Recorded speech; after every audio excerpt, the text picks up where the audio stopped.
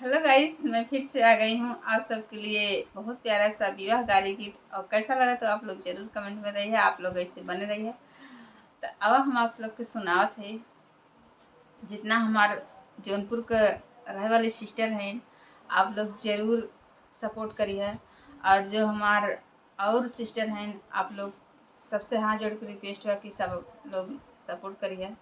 और अब हम सुनावत है बहुत पुरानी गीत जो हमार मम्मी चाची दादी सब गाया करती थी। वो गीत है, बहुत अच्छा लगेगा, आप लोग सुनिए।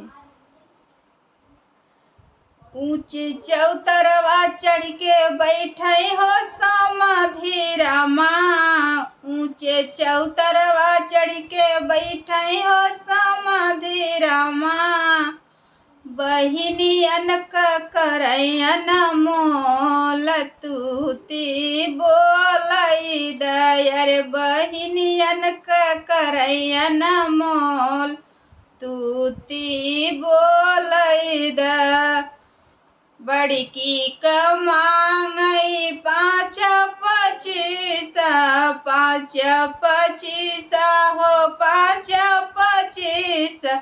छोटकी करैन मोल तूती बोलई द। अरे छोटकी करैन मोल तूती बोलई द। ऊंचे चौतरवा चढ़ी बैठे बाराती साले। ऊंचे चौतरवा चढ़ी बैठे बाराती साले। बहिनियन करैन मोल तूती बोलई दयर। बहिनियन करैन मोल तूती बोलई द।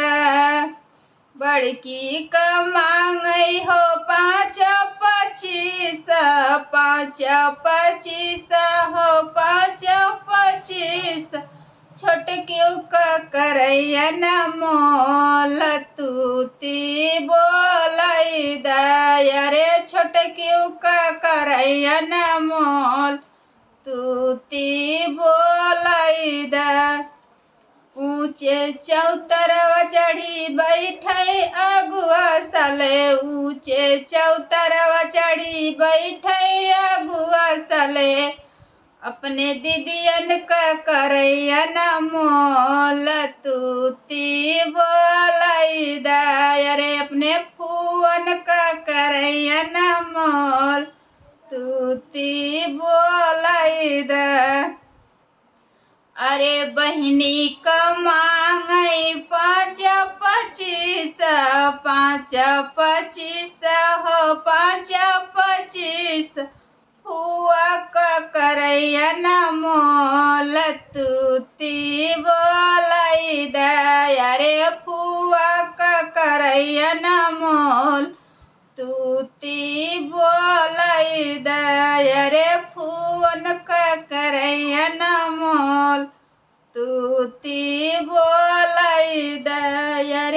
ऊंचे चौतरवा चढ़ी बैठे कुल बेटा हनाए। ऊंचे चौतरवा चढ़ी बैठे चसमहऊ। बहिनियन करैन मोल तूती बोलई द।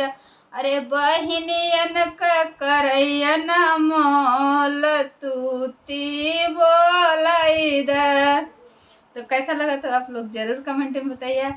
और इसी तरह आज से हमारा वीडियो कंटिन्यू मिलेगा और हर दिन हर तरह की गीत मिलेगी। आप लोग ज़रूर वीडियो को दबा के शेयर कीजिए और लाइक शेयर सब्सक्राइब कीजिए, प्यारा सा कमेंट कीजिए और आप लोग सपोर्ट कीजिए। हम भी आप लोग के चैनल पे जुड़ेंगे, सपोर्ट करेंगे। और चलिए मैं चलती हूँ, इसी तरह आप लोग बने रहिए वीडियो पे।